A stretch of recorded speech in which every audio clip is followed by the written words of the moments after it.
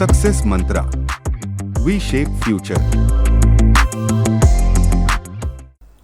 Good morning everyone. My name is Abhay Singh and I welcome you all in today's video analysis of The Hindu. Today is 22nd of May 2024. So we celebrate one important day on 22nd March, that is International Day for Biological Diversity,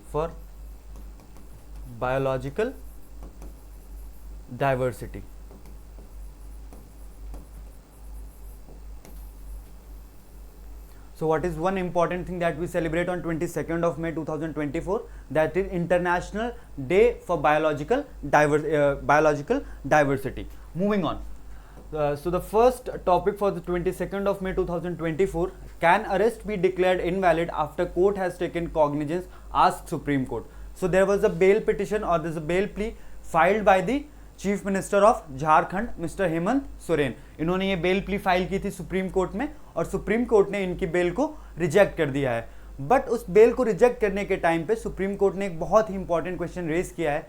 क्या magistrate जब cognizance ले लेता है किसी भी case का, क्या उसके बाद किसी अरेस्ट को इलीगल डिक्लेयर किया जा सकता है या नहीं? This was one important question which was raised in this particular bail application. And there was one important statement given by the Justice of Supreme Court, and that particular statement is the question we want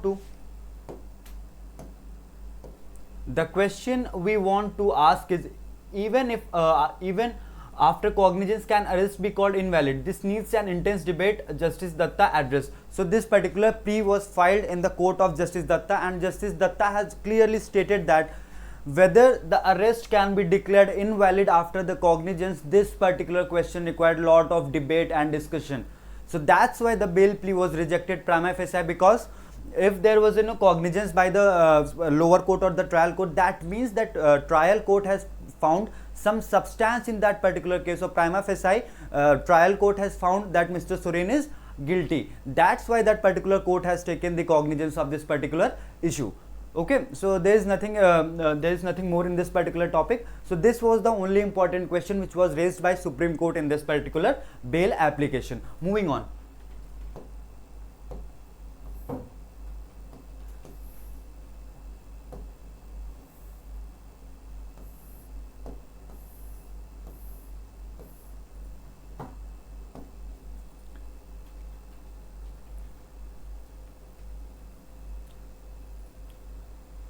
So next important news is from West Bengal. EC Election Commission has censored former judge turned BJP candidate Bar's campaign for 24 hours.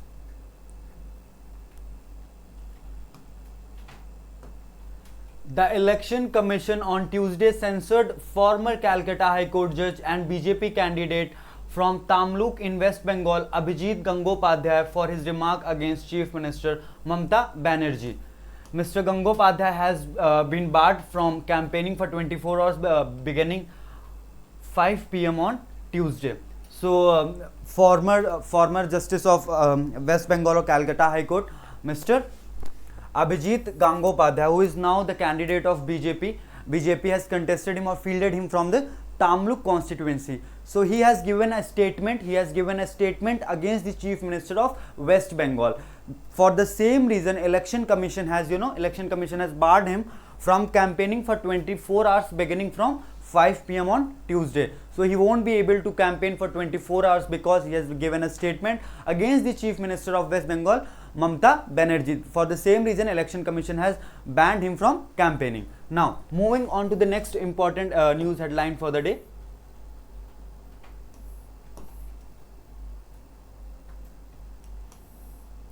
So again the same thing which I would like to mention कि ये सारी political news हैं. Political news को हमें अभी उतना importance नहीं देना है. अगर पॉलिटिकल न्यूज़ में कोई लॉ का आस्पेक्ट हम लोग कवर करते हैं then will definitely deal with it.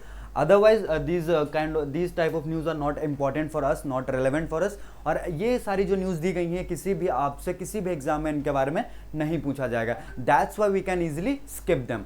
Moving on.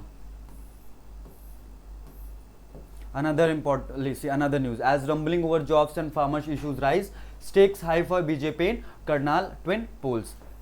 Another political news now. One important news. We have already discussed about this news so many times, so that's why this particular news becomes very important.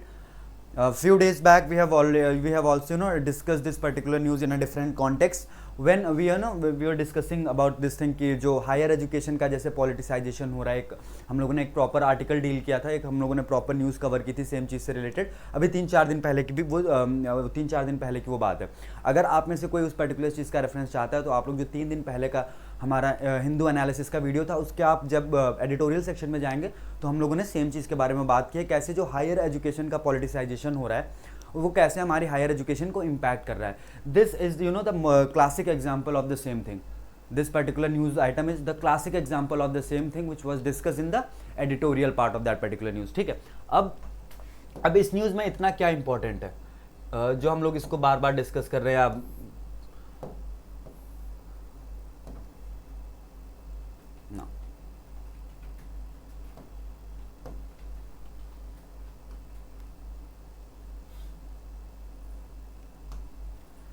The Kerala High Court on Tuesday quashed 4 nominations made by Governor Arif Muhammad Khan, Chancellor of State Universities, to the Senate of Kerala University.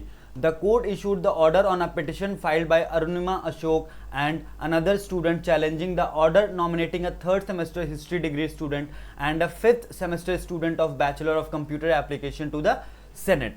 So there was this particular petition in the in the Kerala High Court. This particular petition was filed by Arunima Ashok, and in this particular petition they have clearly stated their main point that there have been few nominations by the governor of Kerala in the Senate of the Kerala University. अब वो Kerala university के जो senate में उन लोगों ने appointment किए थे, उन लोगों ने नहीं, सॉरी माफ़ करिएगा, जो केरला के गवर्नर हैं उन्होंने कुछ अपॉइंटमेंट किए थे. अब वो अपॉइंटमेंट थे जो मतलब जैसे जो अपॉइंटमेंट किए गए थे, अब केरला का जो चांसलर होता है, यूनिवर्सिटी चांसलर होता है, वो गवर्नर होता है. गवर्नर के पास अल्टीमेटली ये पावर होती है वो किसको अपॉइंट करना चाहता है, किसको अपॉइंट करना नहीं चाहता है.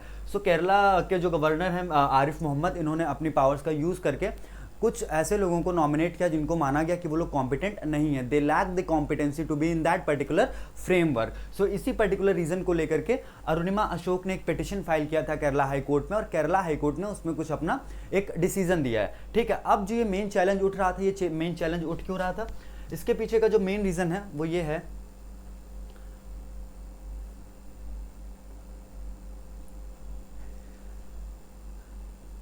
challenging the order nominating a 3rd semester history degree student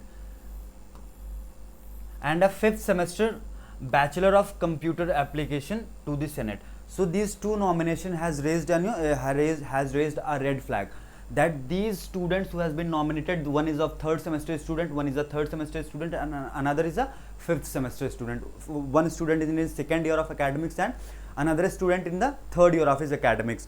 So these particular students lack the competency to hold that particular post. This was the argument which was raised by Arunima Ashok and others who has filed this particular petition in the Kerala High Court.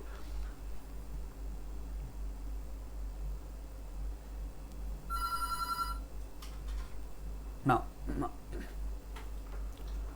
what was the main issue? So the main issue was that Justice Muhammad Niaz CP directed the Chancellor to make fresh nomination considering the petitioner's claim within 6 weeks. The court said that there is no unbridled power vested with the Chancellor while making the nominations in terms of statutory provisions. The court also quashed the Chancellor's order nominating 2 5th semester students under the category of students having outstanding ability in fine arts and sports respectively. अब ये जो main issue इसमें raise किया जा रहा था वो ये रेज किया जा रहा था कि the governor has no unbridled power. What this particular statement means that the governor has no unbridled power, that this particular statement means that government के पास ऐसे कोई unrestricted powers नहीं होती हैं वो कि वो किसी का भी appointment कर सकता है. Governor cannot use his power to bypass any statutory provisions. So governor cannot do that. Although he is the chancellor of the university, he has the authority. He has the real authority to nominate those particular persons, but he cannot bypass the statutory provisions just being a chancellor of the university. This is not enough for a governor to bypass the statutory provisions. Now, moving on to the next important issue.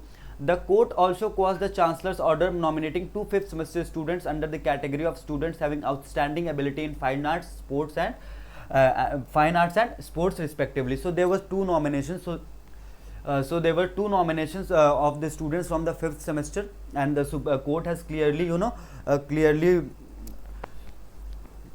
cancelled out their nominations because these students were, according to the court, these students were not enough or not good enough to hold that particular position. अब जो इसमें से एक important issue आ रहा है, वो एक important issue ये है that the higher education minister of Kerala said that the court order annulling the nominations was a significant blow to efforts of impede the modernization of higher education in the state. So there is a continuous tussle between the higher authorities, so what happens is that governor जो होता है वो हर किसी एक जो state university का chancellor कौन होता है, governor होता है. गवर्नर को अपॉइंट कौन करता है, गवर्नर को अपॉइंट करता है प्रेसिडेंट. अब जो मेन इशू रेज किया जा रहा था, हम लोगों ने जिसकी बात भी की थी, हम लोगों ने ऑलरेडी उसको एक आर्टिकल में डिस्कस किया है कि जो मेन इशू आ रहा है कि उसमें ये वो चीज़ हो रही है कि पॉलिटिसाइज किया जा रहा है. कैसे? अब अगर सेंट्रल गवर्नमेंट ने गवर्नर को अपॉइंट किया है, ठीक है, अब गवर्नर को अपॉइंट किया तो गवर्नर कहीं ना कहीं वो इन्फ्लुएंस डिसीजन लेता है. इसी पर्टिकुलर रीज़न की वजह से साउथ में बहुत सारे स्टेट्स हैं और वेस्ट बंगाल वगैरह में एक इशू ये काफ़ी टाइम से चल रहा है कि ये सारे स्टेट्स अलग अलग लॉज को फ्रेम कर रहे हैं जस्ट फॉर द रीज़न ताकि ये लोग बाईपास कर सकें इस पर्टिकुलर प्रोविजन को कि गवर्नर के पास जो अपॉइंटिंग अथॉरिटी रहती है वो अपॉइंटिंग अथॉरिटी ना रह जाए. और वाइस चांसलर को कौन अपॉइंट करता है? वाइस चांसलर को चांसलर अपॉइंट करता है. सो दैट मीन्स कि आप कैसे पूरी एक पर्टिकुलर इंस्टीट्यूट का पूरे एक पर्टिकुलर ऑर्गेनाइजेशन का कंट्रोल अपने हाथ में कैसे रख रहे हैं. सो अब ये इसमें सबसे ज़रूरी चीज़ ये हो जाती है कि ये सारी की सारी चीज़ें जो हो रही हैं हायर एजुकेशन में हो रही हैं और हायर एजुकेशन हमारी एम्प्लॉयबिलिटी को बहुत हद तक इम्पैक्ट करता है. That's why this particular issue is very important. और अभी हमें सिर्फ इतना याद रखना है कि जो केरला के गवर्नर थे मिस्टर आरिफ मोहम्मद खान, उन्होंने कुछ नॉमिनेशन मतलब उन्होंने कुछ लोगों को नॉमिनेट किया था सेनेट में. अब उसके अगेंस्ट में एक पिटिशन फाइल किया गया था केरला हाई कोर्ट में. केरला हाई कोर्ट ने अपने पिटिशन में एक सिंपल सी चीज़ बोली कि जो मिस्टर आरिफ मोहम्मद खान ने जो कुछ अपॉइंटमेंट्स किए थे उन्हें वो अपॉइंटमेंट्स कैंसिल करने होंगे और उन्हें फ्रेश अपॉइंटमेंट्स करने होंगे और कॉम्पिटेंट कैंडिडेट्स के करने होंगे because these are the students from the 5th semester, these are the 5th semester students. इनके पास इतनी शायद उतनी कॉम्पिटेंसी नहीं होगी. सो इस पर्टिकुलर रीज़न की वजह से या और भी इसमें कुछ एडिशनल रीजंस भी हैं, उसकी वजह से जो हाई कोर्ट है उसने इनके जो नॉमिनेशंस थे इनको कैंसिल आउट कर दिया है. ठीक है, moving on.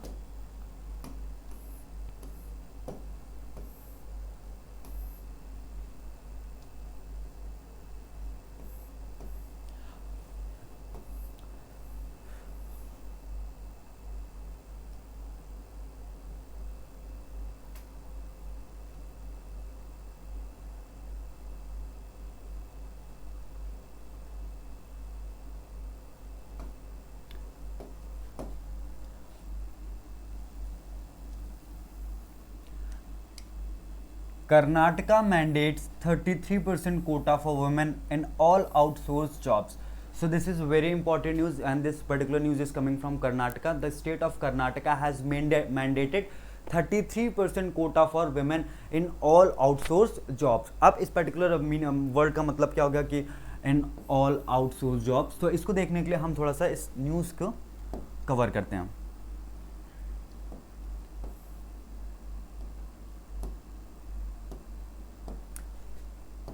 Aligning with the quota policy applied in permanent government positions, the Karnataka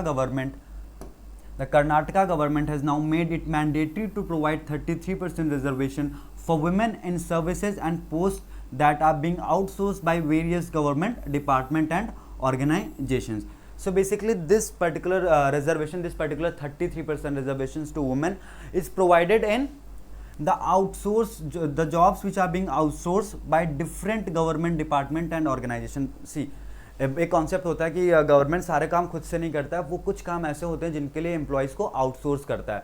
मतलब अगर मान लीजिए कि उसे एक पर्टिकुलर प्रोजेक्ट के लिए, एक स्पेसिफिक डोमेन के लिए किसी एक्सपर्ट की ज़रूरत है. अब एक पर्टिकुलर एक्सपर्ट को एक टेम्प्रेरी पीरियड के लिए हायर करना या आउटसोर्स करना job is much way more better than कि हम किसी भी एक एम्प्लॉय को परमानेंटली हायर कर लें. सो अब यही जो कॉन्सेप्ट है या जो ये पर्टिकुलर चीज़ थी, इसी को लेकर के कर्नाटका ने एक रूल बना दिया है कि अगर कोई भी गवर्नमेंट डिपार्टमेंट या ऑर्गेनाइजेशन अगर कोई जॉब को आउटसोर्स करता है तो उसमें जो 33% रिजर्वेशन होगा वो वुमेन्स को मिलेगा.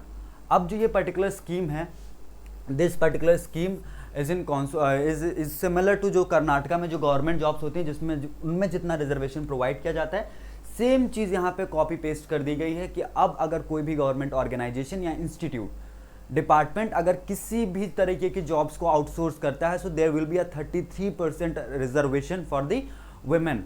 ठीक है, अब ये न्यूज़ कहाँ से रिलेटेड थी? ये पर्टिकुलर न्यूज़ जो थी ये हमारी कर्नाटका से रिलेटेड थी। आपको इसमें बस दो चीज़ें याद रखनी है।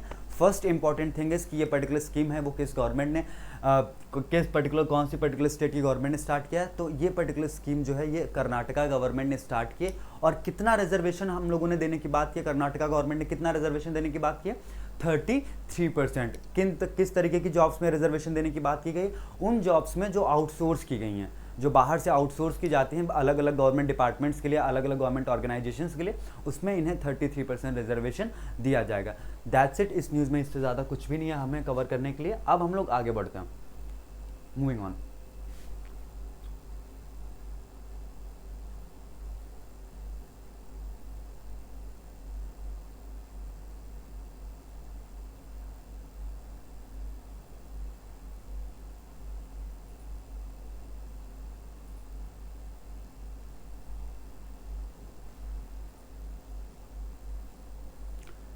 Supreme Court stays 90-acre project in fragile Kumaon Himalayas. So there was a particular project, there was a 90-acre project in the Kumaon region of the Himalayas.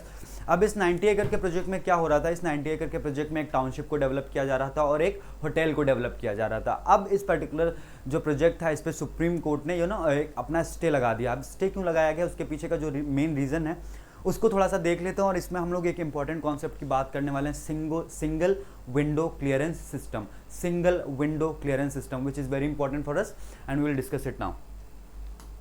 The Supreme Court has served a blow to single window clearances meant to hasten infrastructure development in the ecologically fragile and seismic prone lower Himalayan ranges by temporarily staying the construction of a 90-acre hotel and township project in the Kumaon Hills of Uttarakhand. So basically जो ये particular ये जो stay order आया है, इस stay order की वजह से जो सिंगल विंडो क्लियरेंस सिस्टम होता है इस पर एक बहुत बड़ा क्वेश्चन रेस किया गया है।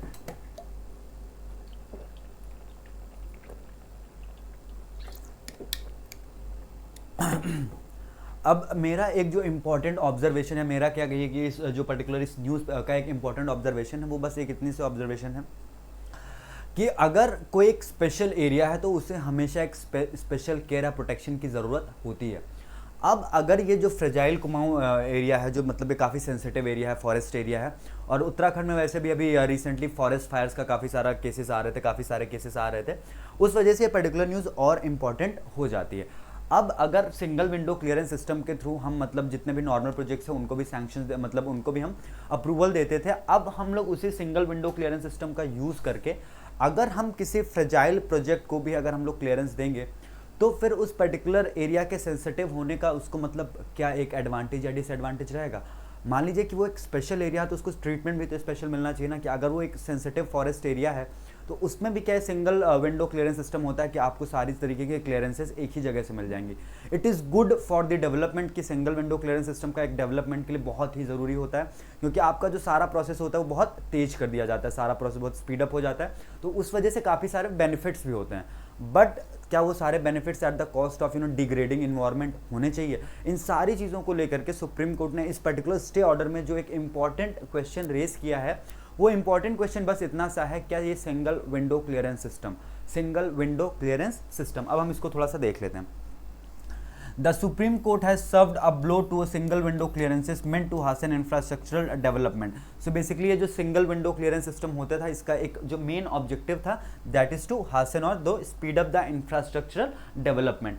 अब इस जो ये पर्टिकुलर ये जो सिंगल विंडो क्लियरेंस सिस्टम था इसका बस एक ही काम था, to speed up the infrastructural development, infrastructural development, and this was one very meticulous observation by the Supreme Court. Why? Because इस चीज़ को हमें ध्यान में रखना होगा कि single window clearance system is also very important. अब मान लीजिए कि अगर सिंगल विंडो क्लियरेंस सिस्टम नहीं होगा तो बहुत सारे प्रोजेक्ट्स ऐसे भी होंगे जो लेट स्टार्ट होंगे या लेट कंप्लीट होंगे, उनमें डिले होगा, टाइमलाइन का थोड़ा सा डिफरेंस आ जाएगा डेडलाइंस का। सो बेसिकली अब हमें उसमें एक बाइफर्केशन करना होगा, एक क्लियर लाइन होनी चाहिए। क्या हम सारे प्रोजेक्ट्स को एक ही तरीके से ट्रीट करेंगे, और हम ये जो नीड होती है सिंगल विंडो क्लियरेंस सिस्टम की, इसको हम समझते हैं कि प्रोजेक्ट्स का जो स्पीड होता है उसको तेज कर दिया जाता है। बट एक कुछ जनरल प्रोजेक्ट होते हैं जो हम लोग कहीं पे भी स्टार्ट कर सकते हैं, बट कुछ ऐसे प्रोजेक्ट होते हैं जो हम लोग फॉरेस्ट एरियाज़ या सेंसिटिव एरियाज़ में स्टार्ट करते हैं। क्या वहाँ पर भी ये सिंगल विंडो क्लियरेंस का जो सिस्टम होता है ये प्रॉपरली या इफेक्टिवली काम करता है या नहीं? That's why this particular news becomes very important now.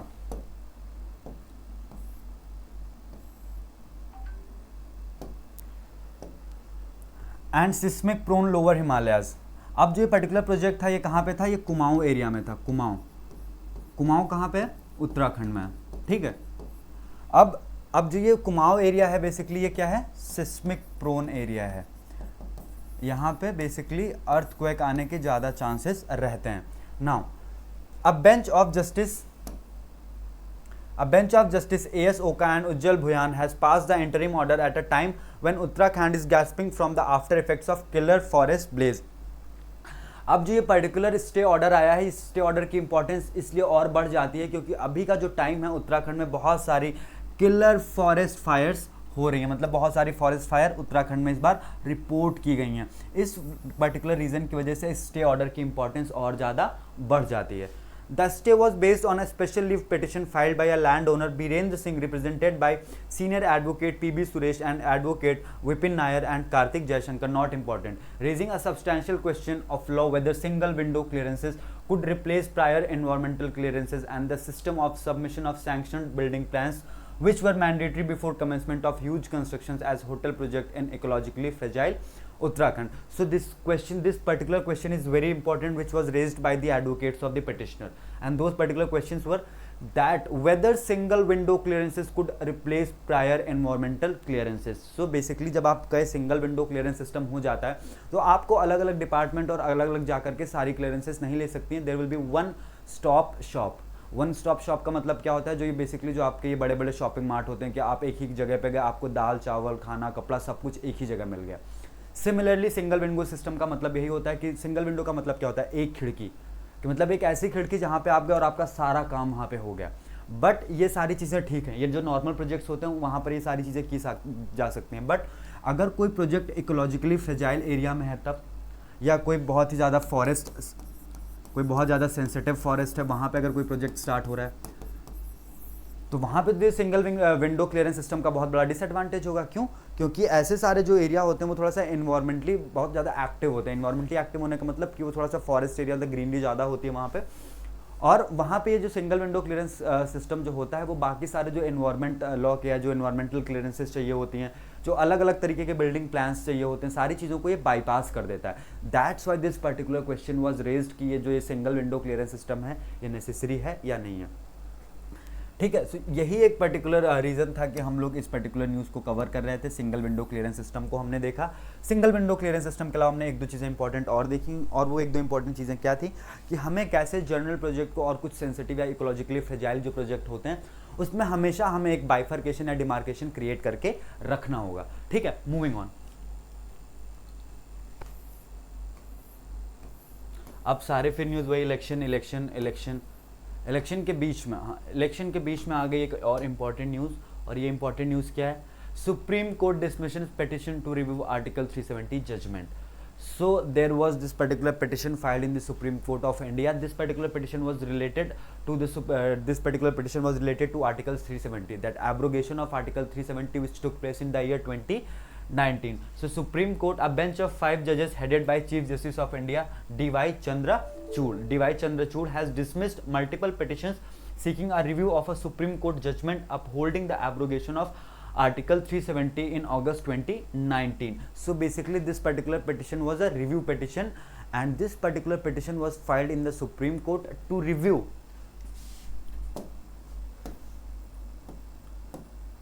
this particular petition was filed in the Supreme Court to review its own order given review its own order upholding the abrogation of article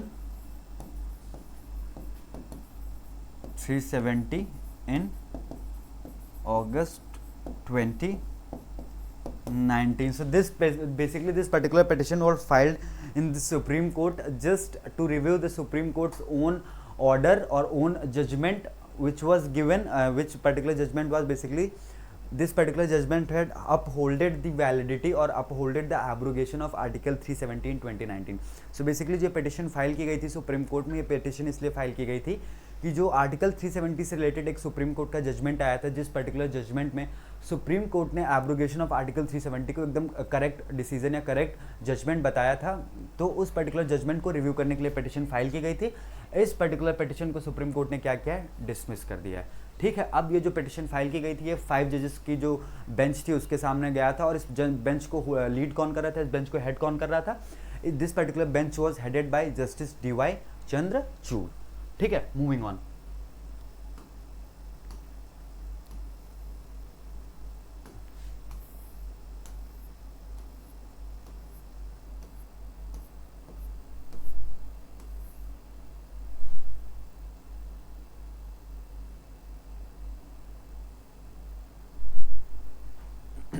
So this particular news is very important for us, and this particular news is climate change a passing cloud in Indian politics.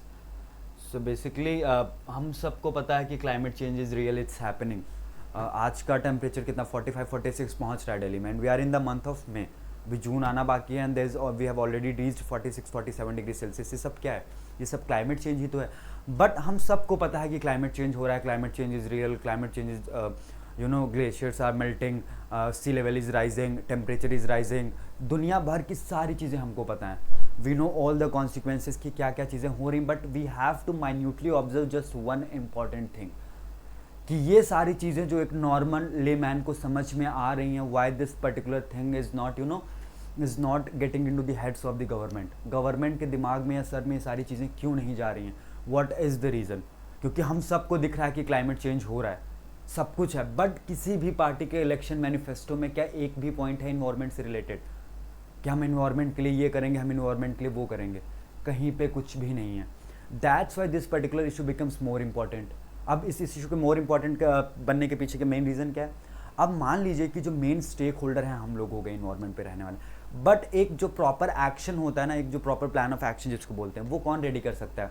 उसकी authority किसके पास में होती है? उसकी authority होती है government of India के पास में।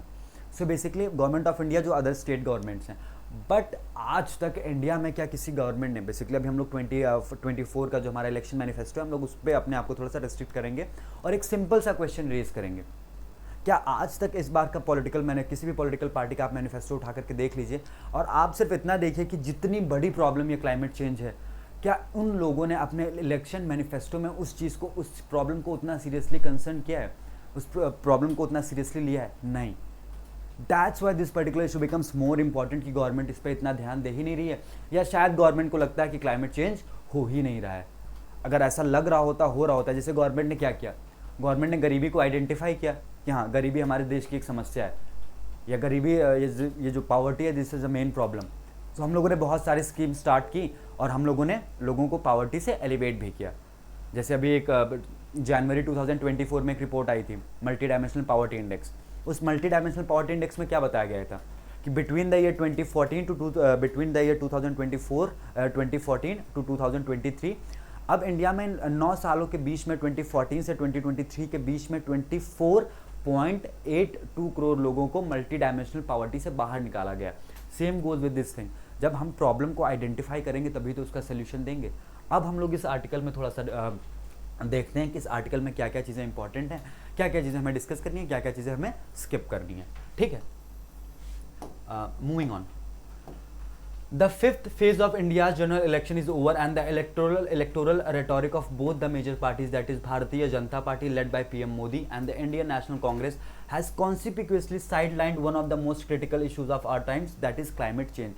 climate change is the most important issue at this particular moment, because climate change is happening at the quickest pace, जो possible quickest pace है ना, उस पर climate change हो रहा है. ठीक है, इस पर्टिकुलर रीजन की वजह से हम लोग इस पर्टिकुलर न्यूज़ को डिस्कस कर रहे हैं. और आज तक इंडिया में किसी भी पॉलिटिकल पार्टी ने अपने इस इलेक्शन मैनिफेस्टो में इसकी बात नहीं की है. Recent events such as environmental activist Sonam Wangchuk's outcry over ecological degradation in Ladakh, underscoring the urgency of integrating robust climate action into national policy frameworks, shows us how critical climate mitigation and adaptation has become, and its urgent need to become political, especially for electoral politics. So this particular issue has become very important. और अब अगर ये issue बहुत ही जल्दी अगर political issue नहीं बनता है तो भी दिक्कत हो सकती है. क्यों? क्योंकि जब कोई इशू एक पॉलिटिकल इशू या इलेक्टोरल इशू बन जाता है ना, तो सारी की सारी जो गवर्नमेंट्स होती हैं उसको बहुत ही सीरियसली डील करती हैं. That's why this particular issue becomes more important, कि अभी तक इंडिया में ये इशू जो है वो पॉलिटिकल इशू बना ही नहीं है. क्लाइमेट चेंज एक पॉलिटिकल इशू बन ही नहीं पाया, पॉलिटिकल पार्टीज इसको कंसिडर ही नहीं कर रही हैं कि एक कोई इंपॉर्टेंट प्रॉब्लम है. ठीक है, अब रिसेंट में अभी हम लोगों ने देखा था कि सोनम वांगचुक जो हैं लद्दाख के रहने वाले हैं, वो क्लाइमेट एक्टिविस्ट हैं, सोशल एक्टिविस्ट हैं. वो उन्होंने एक कंसर्न रेज किया था. वो कंसर्न उनका बेसिकली था जो लद्दाख का जो एक डिग्रेडिंग, जो लद्दाख में जो चीज़ें डिग्रेड हो रही हैं, क्लाइमेट जैसे डिग्रेड हो रहा है, उस चीज़ को लेकर के उनका मेन कंसर्न था. बट उसका भी कोई सोल्यूशन अभी तक मिल नहीं पाया है. ठीक है, तो बेसिकली सोनम वांगचुक ने क्या किया था, सोनम वांगचुक ने ना थोड़ा सा इन्वायरमेंटल स्क्रूटनी की डिमांड की थी लद्दाख रीजन में, कि एक इन्वायरमेंटल स्क्रूटनी होना चाहिए और देखना चाहिए कि चीज़ें क्या कैसे चल रही हैं.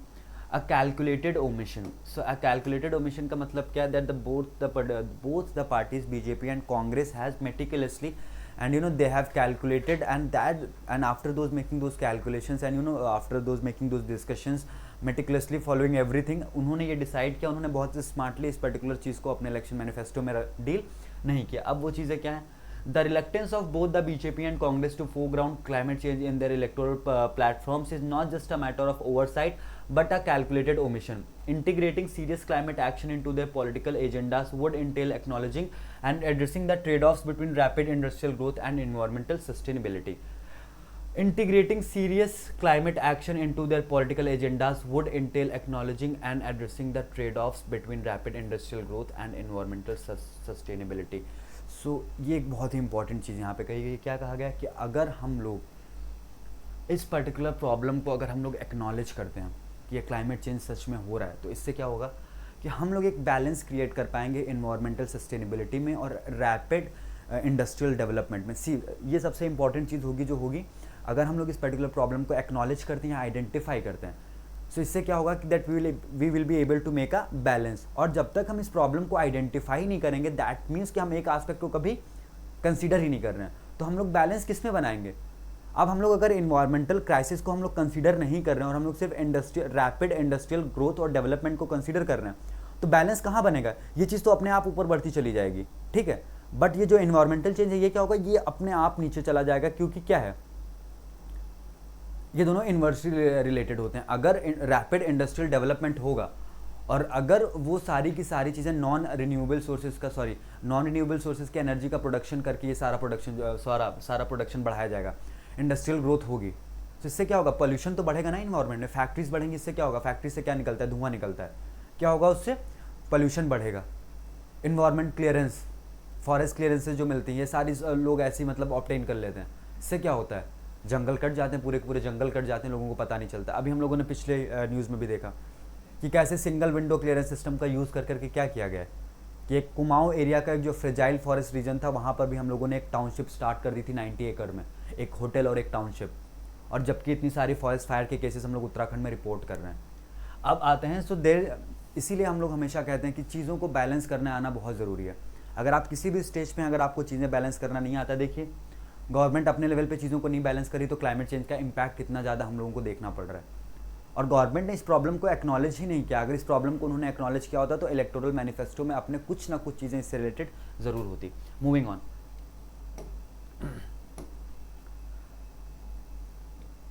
The absence of detailed climate action plans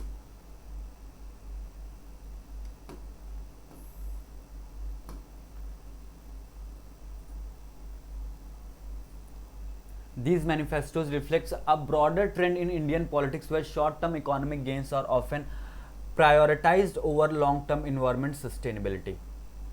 अब बेसिकली इसमें एक जो ऑथर है ओइशिक दास गुप्ता, उन्होंने एक बहुत ही इंपॉर्टेंट क्वेश्चन रेज किया. वो उस क्वेश्चन को क्या है, वो question that absence of this manifesto reflects a broader trend in Indian politics where short-term economic gains are often prioritized over long-term environmental sustainability.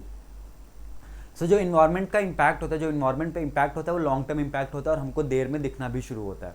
और हमारी कंट्री में बेसिकली गवर्नमेंट का क्या टारगेट है, economic development and economic growth. So basically इसमें यही चीज़ एक बोली गई है कि हम लोगों ने जो शॉर्ट टर्म गोल है प्रॉफिट मेकिंग या इंडस्ट्रियल डेवलपमेंट, हम लोगों ने उसको तो आइडेंटिफाई कर लिया और हम लोग उस पर काम भी कर रहे हैं. बट जो हमारा लॉन्ग टर्म गोल है इन्वायरमेंटल सस्टेनेबिलिटी, हम लोगों ने उससे रिलेटेड अभी कोई भी चीज़ नहीं किया, हम उसे एज अ प्रॉब्लम कंसीडर ही नहीं कर रहे हैं. ठीक है, मूविंग ऑन.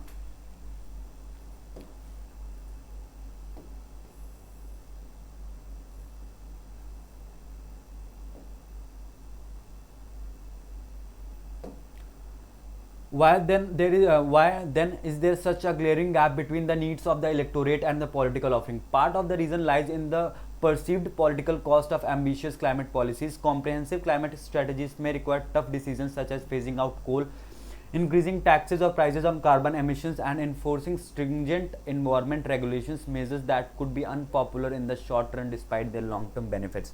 So अगर आप ये सारी चीज़ें करेंगे, क्या क्या, जैसे कि आप कोल को फेज आउट करेंगे, आप टैक्सेस को बढ़ाएंगे, टैक्सेस और प्राइजेस को बढ़ाएंगे कार्बन एमिशन पे, स्ट्रिंजेंट एनवायरमेंट रेगुलेशंस को अगर आप इन्फोर्स करेंगे, सो इन सब चीज़ों से क्या होगा जो बहुत सारी कंपनीज़ हैं, जो बहुत सारी कंसर्न इंडस्ट्रीज़ हैं जो अभी एकदम फ्रीली काम कर रही हैं, क्योंकि ये सारी चीज़ें अभी मिसिंग हैं. क्या, जैसे कि कोल को फेज आउट करना, टैक्सेस को बढ़ाना, स्ट्रिंजेंट इन्वायरमेंट रेगुलेशंस को, इस वजह से लोग फ्रीली काम कर रहे हैं. बट जब हम लोग ये सारे के सारे स्ट्रिंजेंट रेगुलेशंस को अप्लाई करेंगे तब भी क्या ये लोग उतना ही फ्रीली काम करेंगे? ठीक है, बट अब इन्वायरमेंट का प्रोटेक्शन भी तो ज़रूरी है ना, क्योंकि जब इन्वायरमेंट ही नहीं रहेगा, जब सब कुछ डूब ही जाएगा, तो फिर उसका फ़ायदा क्या होगा सब चीज़ों को बनाने का. ठीक है, अब हम लोग इसको थोड़ा सा और देखते हैं. और ऐसा नहीं है कि जो इकोनॉमिक ग्रोथ हो रही है इसको मतलब हम लोग एक सस्टेनेबल इकोनॉमिक ग्रोथ नहीं हो रही है बेसिकली, कि हम ग्रो तो कर रहे हैं बट हमारा इन्वायरमेंट जो है वो डिग्रेड कर रहा है.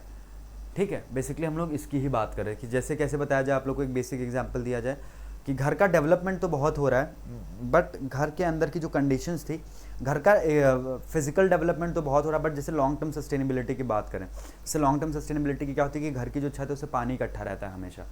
तो इस प्रॉब्लम को आज तक किसी ने आइडेंटिफाई नहीं किया. 30 साल बाद क्या होगा कि छत ऑटोमेटिकली गिर जाएगी. अब आप घर के अंदर चाहे जितना डेवलपमेंट कर लीजिए, बट आपने जो सबसे इंपॉर्टेंट चीज़ एस्पेक्ट होती है घर की छत, उस पर कभी ध्यान ही नहीं दिया. उसमें हमेशा पानी भरा रहता था. 20-25 साल बाद क्या हुआ कि उस छत अपने आप रिस के ढह गई. तो वो तुरंत नहीं दिखता है ना, बट वो 25 साल बाद एकदम से इम्पैक्ट दिखा कि हाँ अरे ये तो छत गिर गई. तो यही एक बेसिक सी चीज़ हम लोग इसमें बात कर रहे हैं कि ये लॉन्ग टर्म जो इसका गेन है ना इन्वायरमेंटल प्रोटेक्शन का, इसका हमें इस चीज़ को हमें थोड़ा सा नोटिस करना होगा और हमें इसे प्रॉपरली इसको इम्प्लीमेंट करना होगा और हमें इंडस्ट्रियल डेवलपमेंट में और इन्वायरमेंटल सस्टेनेबिलिटी में एक बैलेंस क्रिएट करना होगा. और हमें एक नेशनल एक्शन फ्रेमवर्क की भी ज़रूरत है, एक प्रॉपर एक्शन प्लान, एक नेशनल एक्शन प्लान जिसको हम लोग इम्प्लीमेंट कर सकें. ठीक है,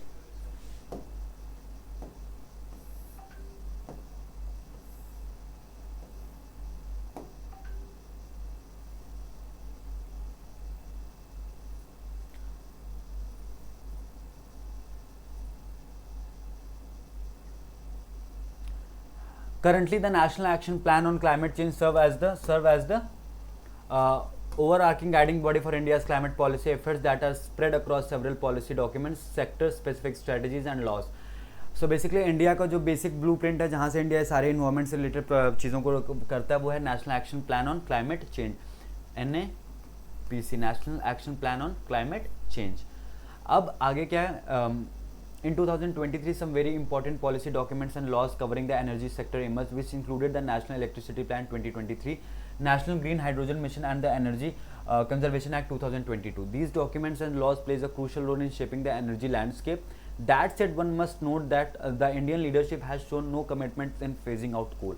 So these are the important steps which are taken by the government, but there is one important question which is raised by the author of this particular article, and that particular question is that government has taken no significant or no important step in phasing out the coal, because until and unless you phase out the coal, how will you control all the problems related to environment, because the coal contributes the most in the environmental pollution.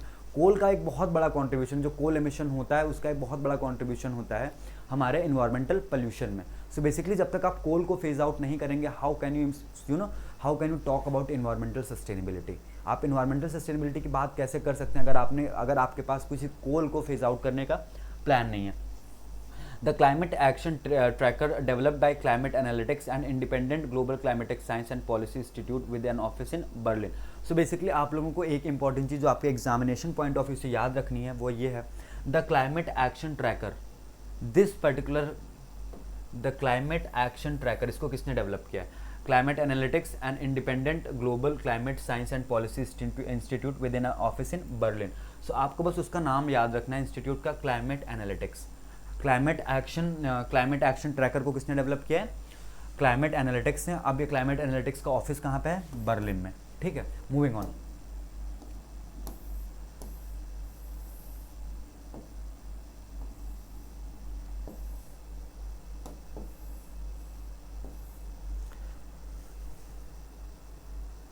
The climate action gives India an overall rating of highly insufficient its policies and action tracking based on 2030 projections. So basically जो climate analytics था, इसने अपना एक projection release किया था. उस projection में इसने बेसिकली इंडिया को हाईली इनसफिशिएंट बताया था, that it can not achieve it's projection based on 2030. जो बेसिकली इंडिया के 2030 के लिए प्रोजेक्शंस हैं, इन्वायरमेंटल प्रोजेक्शंस हैं, उनको अचीव नहीं किया जा सकता है जैसी अभी इंडिया की कंडीशन है. It is highly insufficient.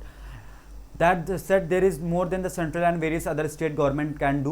States or regions there are on the front line of vulnerability need to develop plans that India brings down India's projection below 2 degree pre-industrial levels. A good example of comprehensive climate policy making in India would be the Mumbai Climate Action Plan developed by Mumbai municipality in collaboration with the C40 and the World Resource Institute. In contrast to the complex web of climate bodies in India, we have a silver lining that should mark the beginning of climate jurisprudence in our country.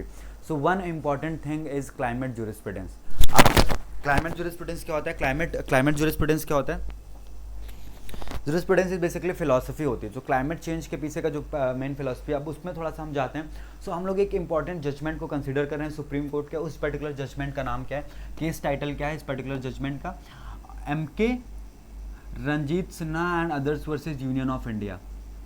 This particular judgment came in March 2024, and in this particular judgment, the Supreme Court of India ruled that the people of India have the right to be free from the adverse effects of climate change by drawing upon Article 21 and Article 14 of the Indian Constitution. So basically, the Supreme Court of India has clearly stated that the people of India have the right to be free from the adverse effects of the climate change. So the people of India have to you have to free themselves from the adverse effect of climate change by virtue of Article 21 of the Indian Constitution. What does Article 21 of the Indian Constitution states? Right to life. अब इसमें बहुत सारी चीज़ें add कर दी गई हैं right to life में. Article 21 में बेसिकली जितने भी नियो फंडामेंटल राइट्स होते हैं. नियो फंडामेंटल राइट्स क्या होते हैं? जो कॉन्टेम्प्रेरी लीगल डेवलपमेंट के बाद जो राइट्स हैं उनको हम लोग नियो फंडामेंटल राइट्स बोलते हैं, जैसे कि right to food, right to sleep, right to clean air, right to environment, right to peaceful sleep, right to sunlight. ये सारे नियो फंडामेंटल राइट्स हैं. क्यों? क्योंकि इनको with the need of time develop किया गया है. अब 1950s में हो सकता हो कि राइट टू क्लीन एयर एक फंडामेंटल राइट नहीं था. क्यों? क्योंकि शायद तब हमें ऐसा किसी को पता नहीं होगा ना कि एक खुली हवा में सांस लेना भी हमारा एक फंडामेंटल राइट हो सकता है, क्योंकि तब ये जो क्लीन एयर थी बहुत इजीली अवेलेबल थी. अब ऐसा हो गया है कि इन्वायरमेंट चेंजेस की वजह से क्लीन एयर ये सारी चीज़ें बहुत ज़्यादा डिमिनिश हो चुकी हैं, इसीलिए हम इन लोगों को नियो फंडामेंटल राइट बोलते हैं. नियो फंडामेंटल राइट जो कॉन्टेम्प्रेरी लीगल डेवलपमेंट्स के थ्रू क्रिएट किए गए हैं. ठीक है.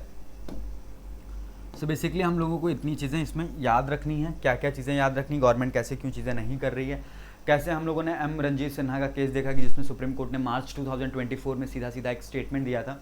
वो स्टेटमेंट क्या था? The supreme court of India ruled that the people of India have the right to be free from the adverse effects of climate change by drawing upon article 21 and article 14 of the Indian Constitution.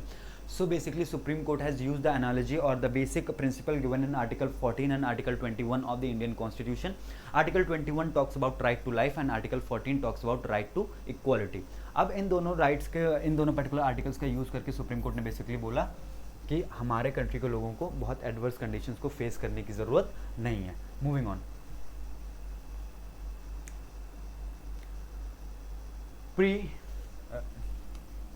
स्पॉटलाइटिंग pre eclampsia ensuring safe motherhood.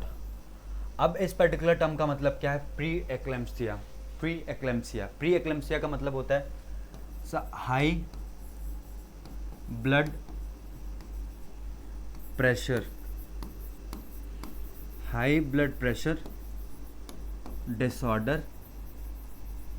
It's a high BP disorder which is also, high BP disorder को हम लोग क्या बोलते हैं? Hypertension.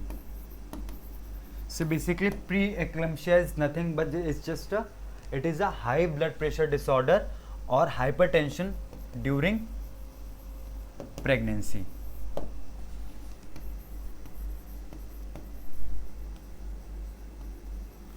So basically जो pregnancy के time पे mother's को एक हाई ब्लड प्रेशर डिसऑर्डर होता है, उस डिसऑर्डर का नाम है pre eclampsia. So basically this particular article is focusing on this particular problem, eclampsia, that pre-eclampsia, that is जो प्रेगनेंसी के टाइम पे हाई बीपी या हाइपरटेंशन का जो डिसऑर्डर होता है उस पर हम लोग मेनली फोकस कर रहे हैं. अब इस पर्टिकुलर प्रॉब्लम की वजह से क्या हो रहा है कि हम लोग का जो मदरहुड होता है, मदरहुड मतलब जो वो पूरा प्रेगनेंसी का टाइम होता है, मैटरनल पीरियड, प्रेगनेंसी का टाइम होता है, उसमें क्या क्या दिक्कतें आती हैं इस पर्टिकुलर प्रॉब्लम की वजह से, प्री एक्लेम्पसिया की वजह से, उसका क्या क्या इम्पैक्ट होता है और हमें इन सारी चीज़ों को कैसे हटाना है, हम वो सारी चीज़ें इस आर्टिकल में देखने वाले हैं.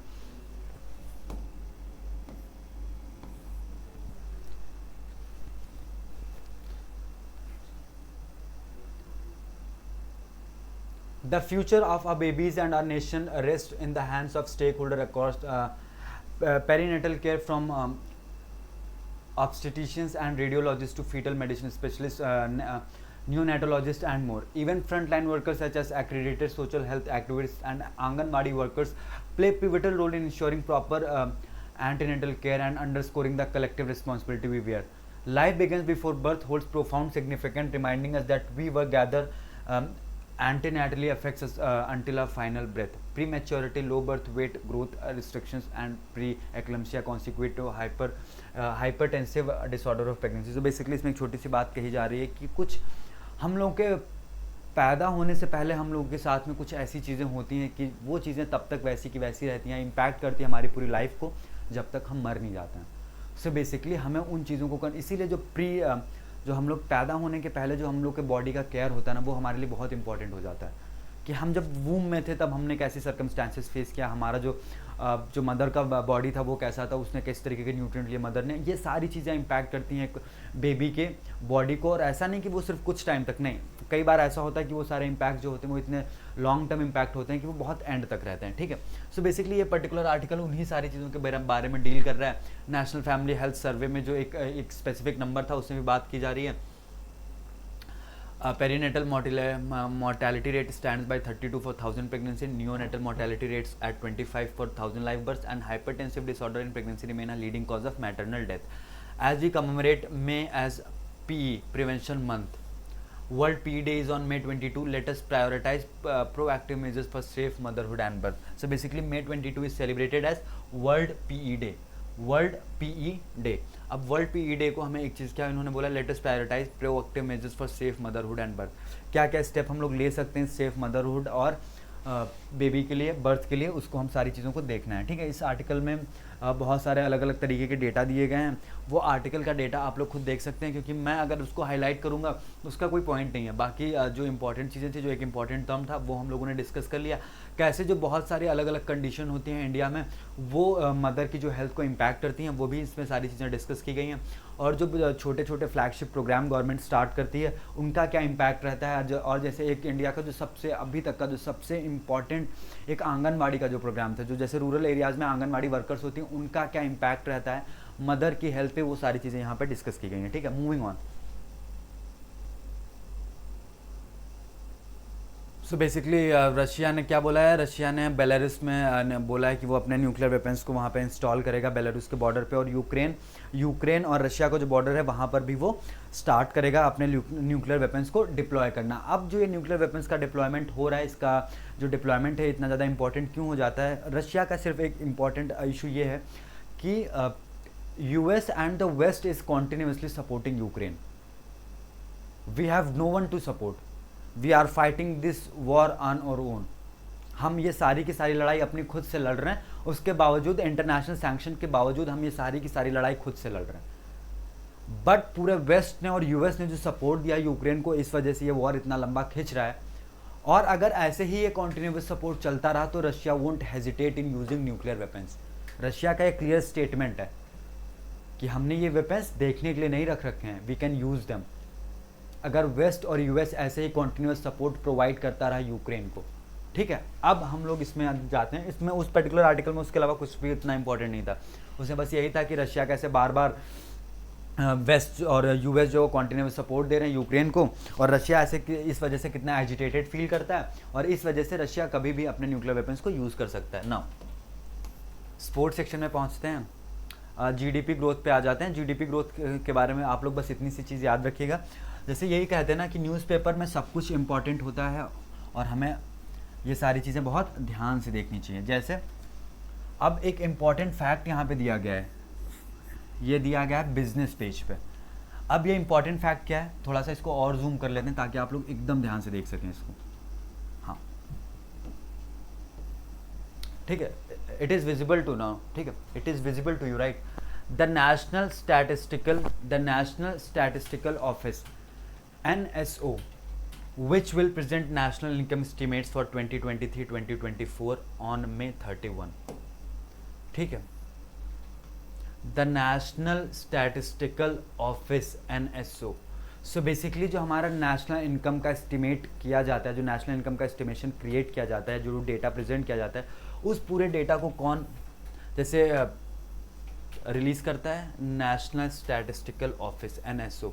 आप लोग प्लीज़ इस इंस्टीट्यूट का नाम याद रखिएगा, NSO, national statistical office present करेगा नेशनल इनकम के डेटा को, ठीक है। अब हम लोग आगे मूव करते हैं और हम लोग इसी के साथ स्पोर्ट्स सेक्शन में पहुंचेंगे। स्पोर्ट्स सेक्शन में बस हम लोग को दो चीज़ें याद रखनी है। एक इंपॉर्टेंट चीज़, जो आप लोगों ने कल का मैच देखा होगा IPL, तो सबको पता होगा कि Kolkata Knight Riders has become the first team to enter into the final of IPL 2024 by defeating Sunrisers Hyderabad. Sunrisers Hyderabad को हरा दिया कोलकाता नाइट राइडर्स ने और IPL 2024 की पहली टीम बन गई है, फाइनल्स में पहुंचने वाली है। आज राजस्थान और रॉयल चैलेंजर बैंगलोर का मैच है। जो टीम उस पर्टिकुलर मैच को जीतेगी वो टीम वापस जाकर के क्वालिफायर 2 खेलेगी सनराइजर्स हैदराबाद के साथ में। फिर उसमें जो टीम जीतेगी सनराइजर्स हैदराबाद के साथ जो मैच होगा, वो पर्टिकुलर टीम जाकर के KKR के साथ फाइनल खेलेगी, ठीक है। अब स्पोर्ट्स सेक्शन में हम लोग पहुंचते हैं। स्पोर्ट्स सेक्शन में in a first BSE market cap tops $5 trillion. The market capitalization of companies listed on the Bombay Stock Exchange crossed $5 trillion for the first time on Tuesday, turning a spotlight on valuation. So you have to remember this particular date. On the 21st of May 2024, Indian market has crossed the total market capitalization of $5 trillion on Bombay Stock Exchange. Moving on to the next important headline.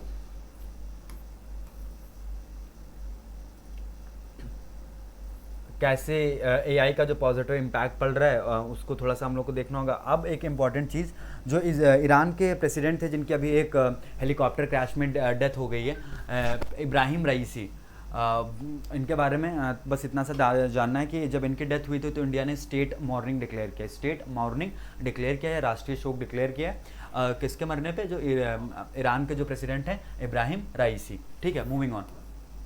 Israel shuts down Associated Press live video feed of Gaza. Israel said it has shut down an Associated Press live video feed of war on Gaza on Tuesday, sparking a protest from the US news agency and concern from the White House. So basically there was a live video feed which was continuously telecasted or publicized from the war torn area of Gaza. उसको Israel ने बंद कर दिया है और इसको लेकर के US से काफ़ी ज़्यादा प्रोटेस्ट भी इस पर एक्सप्रेस किया गया, बट उसमें भी कुछ नहीं बात हुई है, क्योंकि यार इजराइल भी वही कर रहा है जो उसको करना है और रशिया भी वही कर रहा है जो उसको करना है। इंटरनेशनल ऑर्गेनाइजेशंस की इंपॉर्टेंस को इतना कम कर दिया है इन दो वॉर्स ने, ये चीज़ तो क्लियरली सामने आ गई है। हर कोई वही कर रहा है जो जिसका मन है, इसके अलावा कुछ भी नहीं है, ठीक है। अब इसके अलावा स्पोर्ट्स सेक्शन में और कोई इंपॉर्टेंट न्यूज़ नहीं है हम लोग के लिए, आज के लिए इतनी ही चीज़ें थी कवर करने के लिए। So with this we have completed the news analysis of 22 May 2024। अब अगर आपको इसमें कोई डाउट वगैरह रहता है, अगर आपको कुछ भी डाउट है कहीं से, तो आप लोग प्लीज़ कमेंट सेक्शन में उसको पंच इन कर दीजिएगा, will definitely get back with that, ठीक है। So thank you so much for watching today's video analysis, thank you so much, thank you.